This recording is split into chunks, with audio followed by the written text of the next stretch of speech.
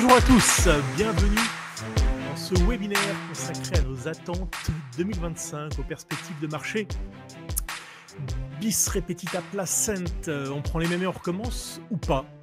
Et dans un premier temps, ce que je voudrais faire, c'est regarder un peu les performances de 2024 et en même temps prendre un peu de recul et surtout mesurer les excès de 2024 parce que on voit des choses assez inhabituelles.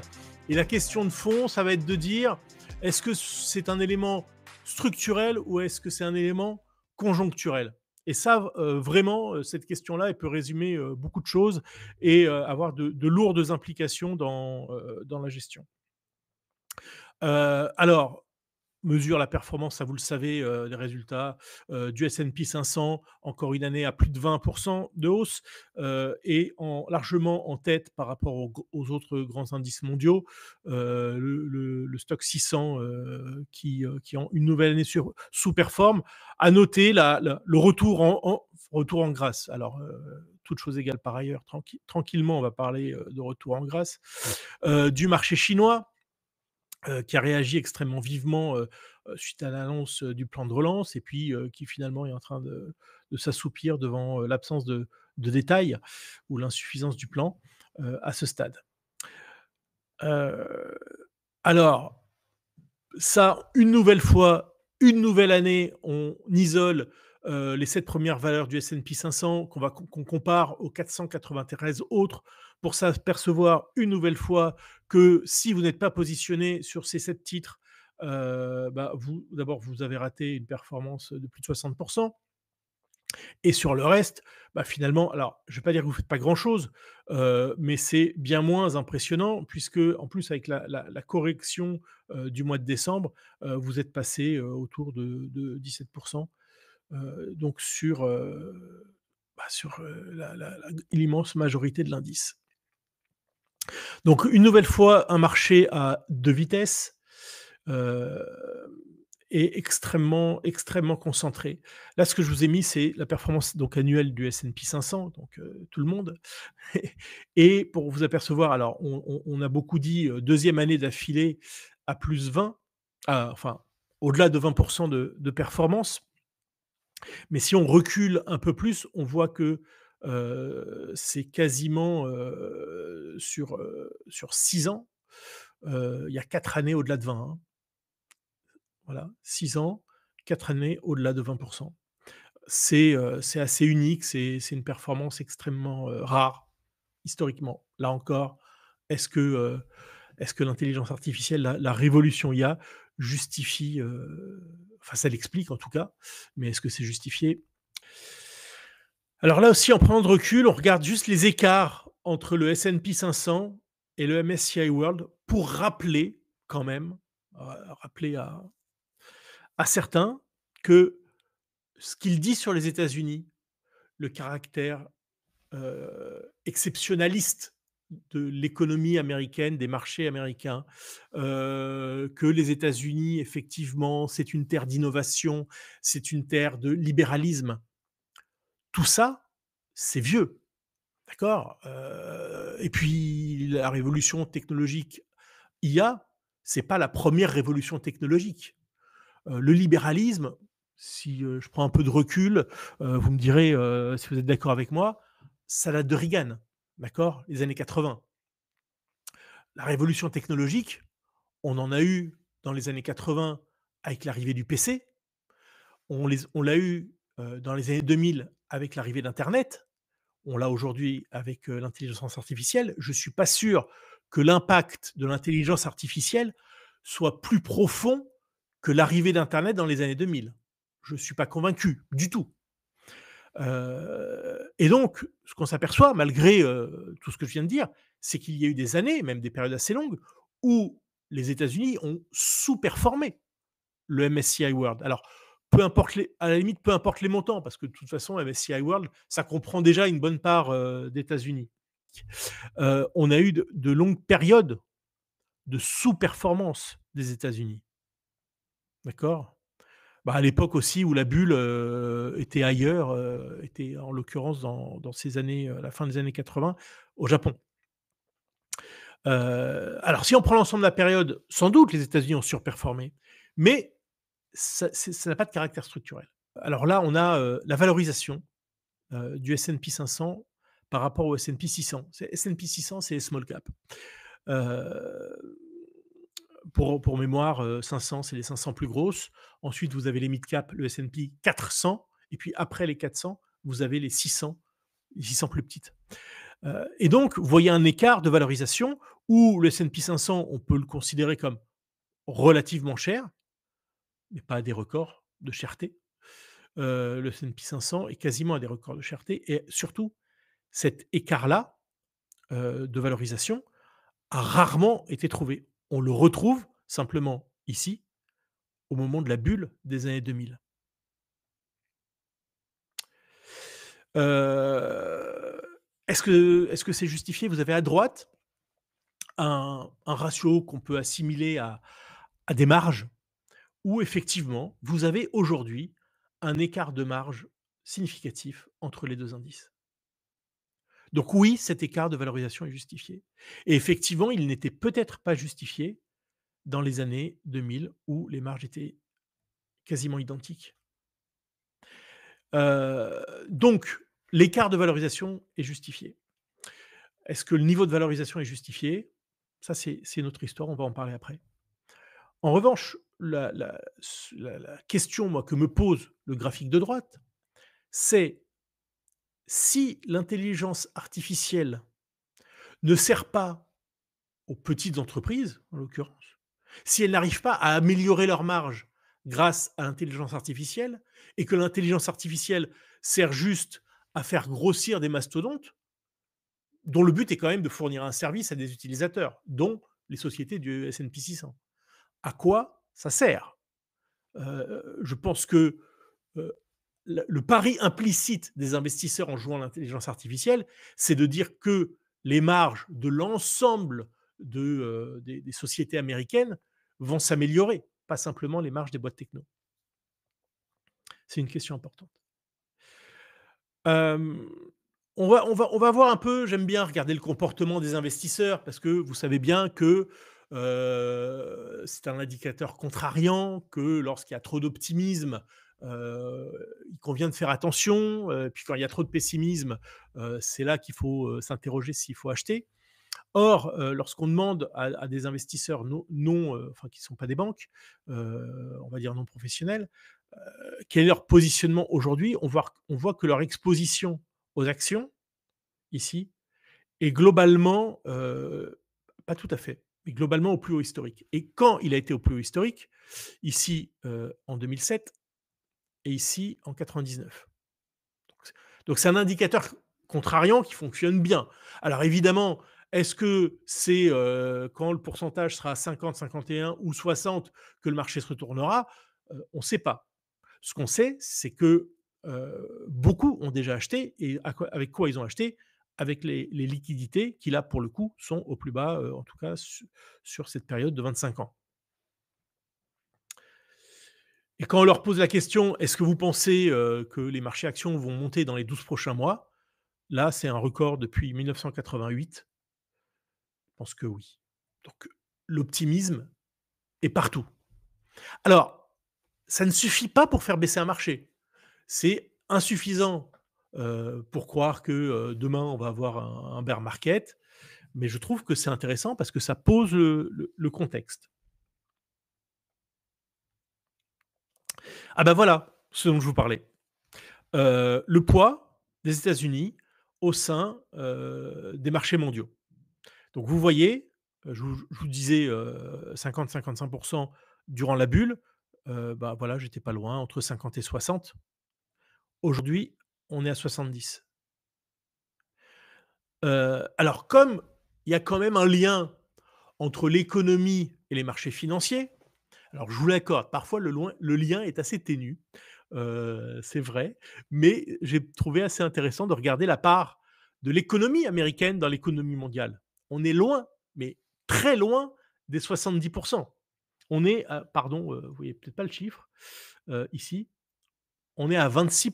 Alors attention, l'abscisse n'est pas la même. Là, on commence à 95, ici à droite, on commence à 1960. Donc si vous voulez, mettre les 2 graphiques l'un sur l'autre, il faudrait commencer ici. D'accord? Bon, donc il y a une forme de translation des 2 courbes puisque, la part augmente, quand la part du PIB augmente, elle baisse durant la baisse, ici. Donc voilà, il y a pas tellement de lien. Mais, là, monter jusqu'à 70, ça peut pas s'expliquer par la remontée, de 22 à 26 de la part de l'économie américaine par rapport à l'économie mondiale. Donc tout ça donne l'impression que ça gonfle, de manière, extrêmement forte, sans doute de manière exagérée.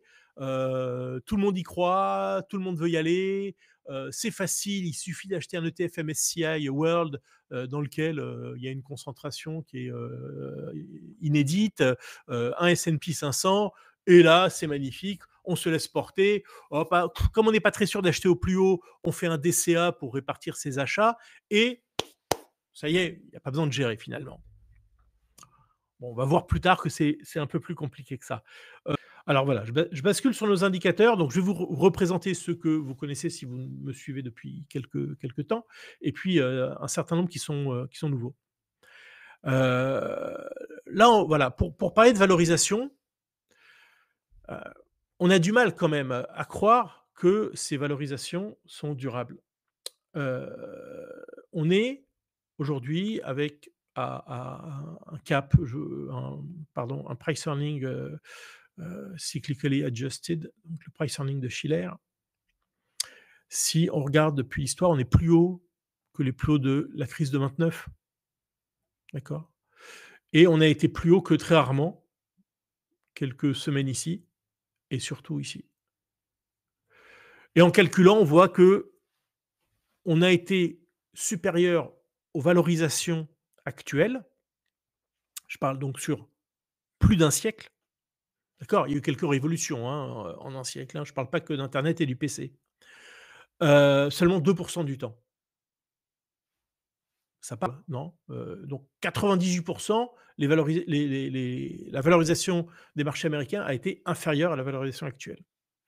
Alors, on peut mettre en avant que aujourd'hui, il y a un souci des marges des entreprises qui n'était pas le souci des années, je sais pas moi, des années 40, des années 50, qu'il y a les outils pour maintenir les marges à des niveaux élevés, sans doute, que les taux d'intérêt ne sont pas ceux qui étaient historiquement. Sans doute d'ailleurs, j'ai voulu pousser l'exercice encore un peu plus loin et ajouter les taux d'intérêt à 10 ans sur ce graphique-là.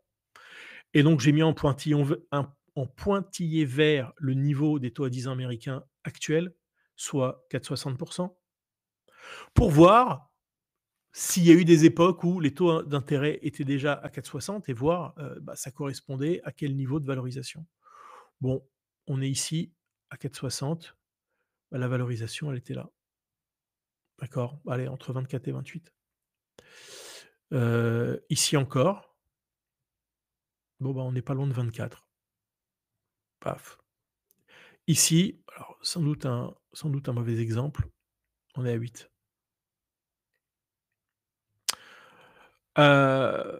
Donc on ne peut pas justifier le niveau de valorisation uniquement par le niveau de taux. Le niveau de taux, on va dire, malgré la remontée, qui est pas neutre, historiquement, c'est plutôt bas, donc ça peut justifier une valorisation, plus élevée, mais certainement pas, 37, de PE. Et alors j'adore le slide suivant, alors je le mets pas tout de suite, je fais un peu de teasing.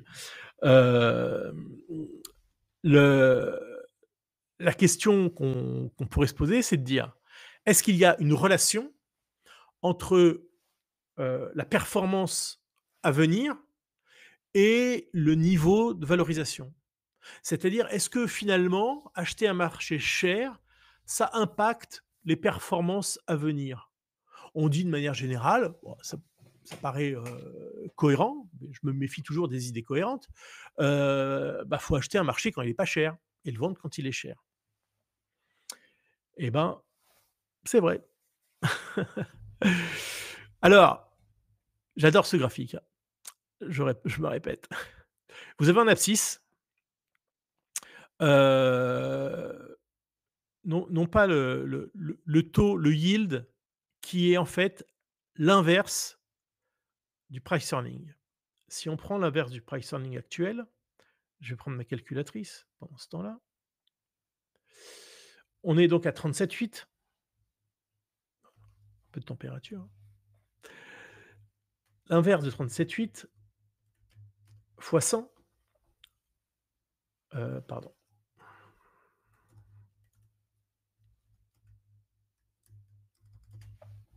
ça fait 2,6.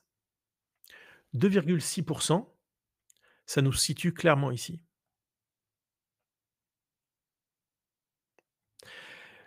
Et là, vous avez la performance moyenne sur les 10 années suivantes, en nominal, de, la performance, je pense que ça doit être du S&P 500.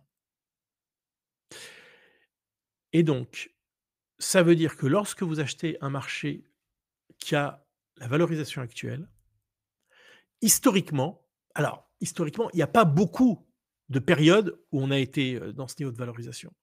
Mais historiquement, vous avez une performance moyenne annuelle autour de -1,5, -2, sur les 10 années suivantes. Je pense que ce graphique doit être dans l'esprit de tous ceux qui veulent acheter un ETF MSCI World, un ETF S&P 500 et dormir dessus pendant les 10 prochaines années. Ils doivent avoir conscience de ce graphique-là, c'est important, je le dis pour vous, alors vous me suivez depuis quelques années, donc vous le savez sans doute, mais je le dis également pour tous ceux qui, à partir de lundi sur YouTube, pourront voir cette vidéo. Parce que s'ils sont sur YouTube, c'est qu'ils ont déjà vu un tas de vidéos, concernant les performances, les marchés. Voilà, ça me paraît important de le rappeler. Alors, les prochains graphiques, c'est de dire, heu, allons à la recherche des indicateurs qui vont nous permettre donc d'anticiper ce fameux éclatement de la bulle actuelle. Parce que, et c'est pour ça à chaque fois je vous mets pas, je vous mets les indicateurs, mais je vous mets toujours beaucoup d'historiques pour vous montrer s'ils ont fonctionné, comment ils ont fonctionné, avec quel rythme ils ont fonctionné. Et là, si on prend donc les spreads high yield, donc les taux, des emprunts, des junk bonds par rapport à la différence avec, les emprunts d'État, on s'aperçoit logiquement que à chaque baisse des marchés, vous avez une hausse. Donc en bleu, vous avez en l'occurrence le Dow Jones. À chaque fois que vous avez une baisse, donc vous avez une envolée, hop, de ces taux. Ici également, oups, ça monte même très haut. Et on s'aperçoit ici 2 choses, c'est que d'abord, le spread est très bas, c'est dire l'engouement, la liquidité qui se déverse sur cette classe d'actifs, mais ça suffit pas pour dire que, on peut dire qu'il y a des excès peut-être, mais moi je cherche le point d'inflexion et on peut pas dire aujourd'hui qu'il y a un point d'inflexion. Ensuite, vous avez le marché de l'emploi. Pareil, historiquement, chaque bear market, vous avez une dégradation du marché de l'emploi. Là, vous avez les demandes d'allocation chômage, pardon, et on a pris le rate of change, cette fois-ci. À chaque récession, baisse des marchés, ici en mauve, vous avez une envolée qui se matérialise et donc on a mis un niveau, ici, qui doit être autour de 10. Quand les demandes d'allocation chômage augmentent, de plus de 10, on a une alerte. Or, aujourd'hui, elle baisse. Donc là encore, on n'a pas d'inquiétude de ce côté-là. Alors les nouveaux indicateurs, ils sont de nature, technique. Ces indicateurs techniques, c'est en fait une façon de filtrer les cours de bourse. Une façon simple, c'est par exemple de prendre, des moyennes mobiles, de voir leur croisement, mais on a voulu aller, au-delà de ça. Alors, je ne vais pas vous faire, un cours, sur l'analyse technique. Alors ça, c'est intéressant parce que ça vient du Japon et ils nous ont donné les chandeliers. Ils nous donnent aussi Ishimoku. Je vous le décris rapidement. Vous avez en bleu foncé le S&P 500. Vous avez ici ce qu'on appelle un nuage, le Kumo. Et c'est la position de la courbe par rapport au nuage.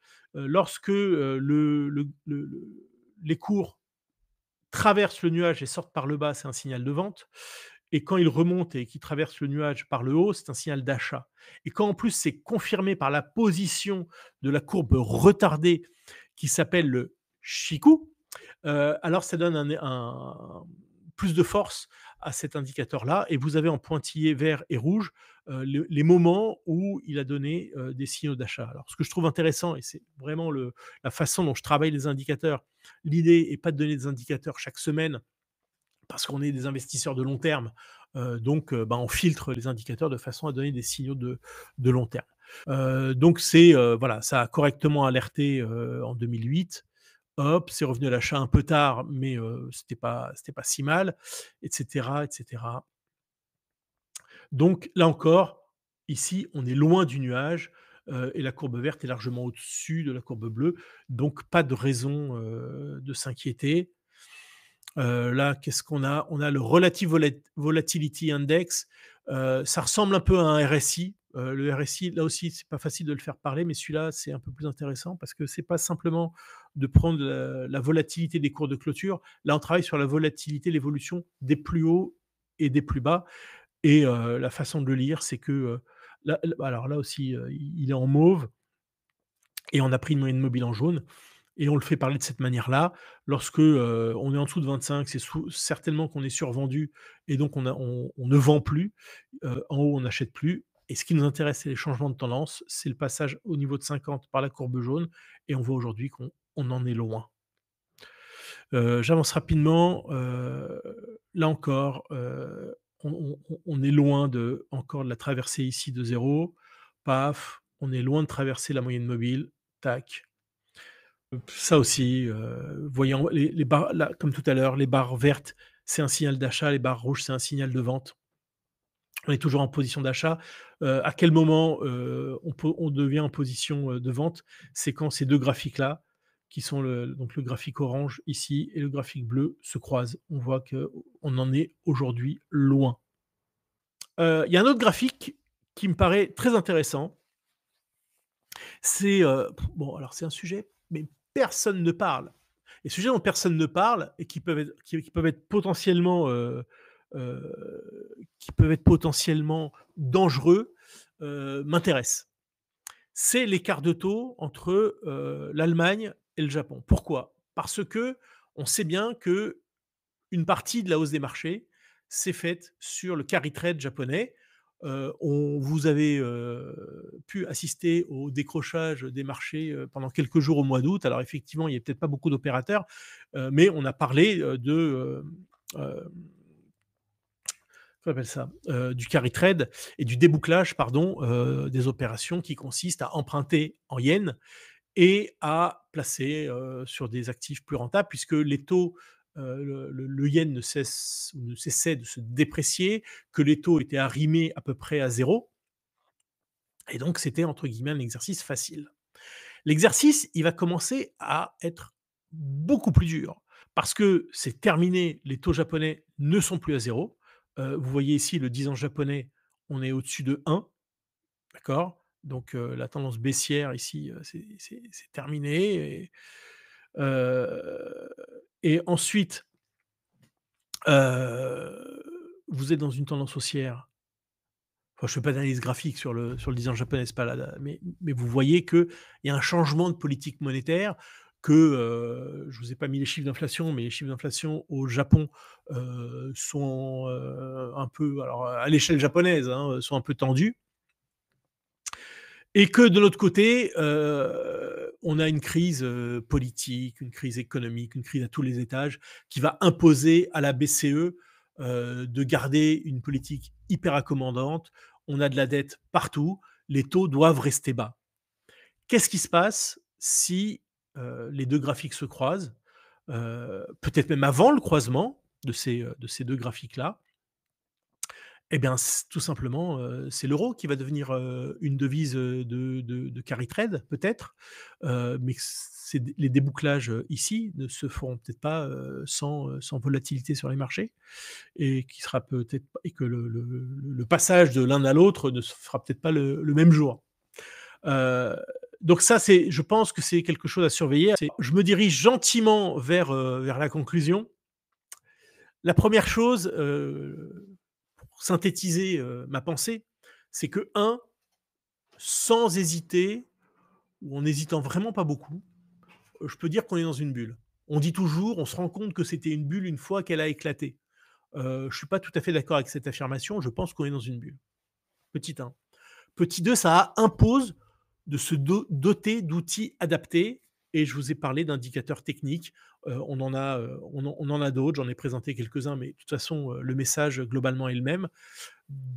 Et ce message, c'est de dire: «La bulle ne semble pas prête d'éclater. Elle va continuer, elle devrait continuer à gonfler, surtout si la Fed reprend avec un peu plus de confort, son cycle de baisse des taux».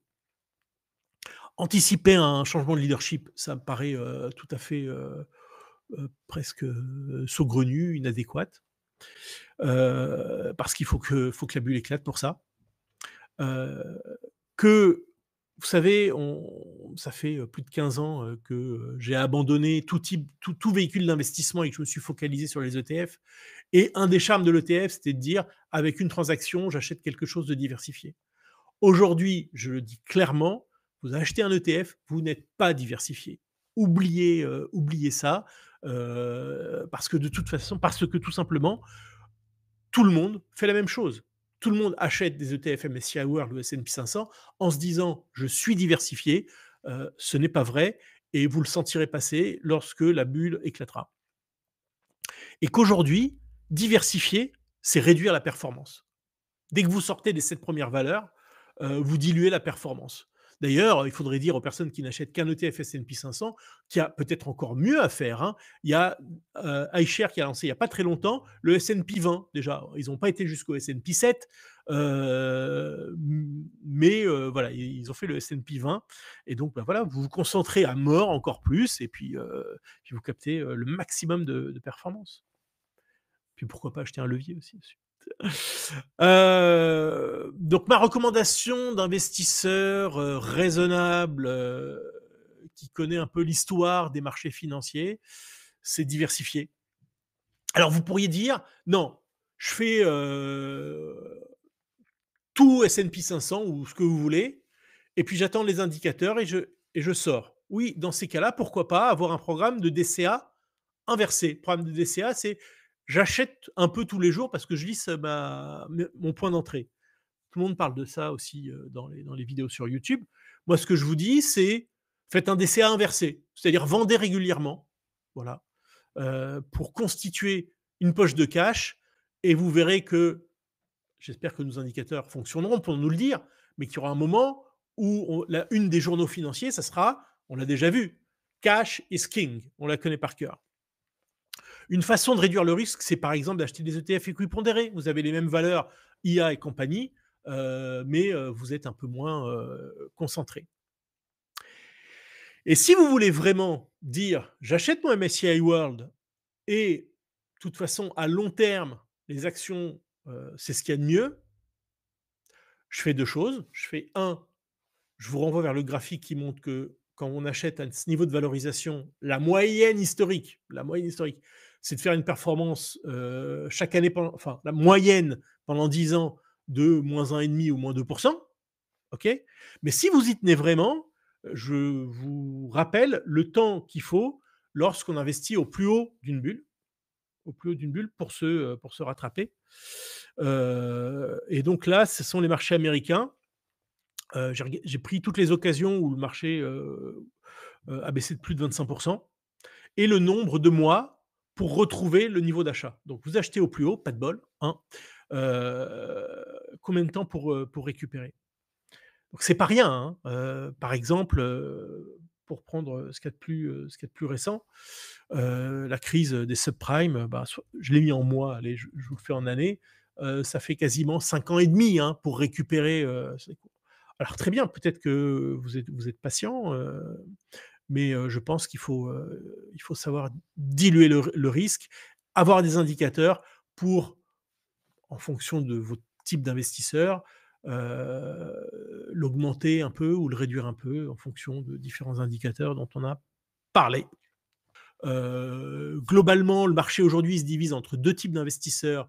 Il y a les comment je vais les appeler? Ce sont les croyants, un peu limite idéologues, qui pensent que ce qui se passe depuis, je sais pas, depuis 5 ans sur les marchés, va se passer au cours des 5 prochaines années et donc qui achètent un ETF MSCI World. Pourquoi pas? On en discutera dans 5 ans, mais pourquoi pas? Et moi, je me positionne comme quelqu'un de, on va dire, de pragmatique, de rationnel et donc j'essaye de vous apporter cette vision, cette analyse que j'ai depuis maintenant, une trentaine d'années d'expérience dans la gestion de portefeuille de clients. Bah, je crois qu'il me reste juste à vous souhaiter un excellent week-end, à vous remercier pour, votre curiosité, intellectuelle et de partager avec moi, ce moment-là. J'ai pas encore de date de prochain webinaire, mais bien évidemment, vous serez, les premiers informés. Je vous dis à très bientôt et une très belle année, 2025, pour vous et votre portefeuille. Ciao.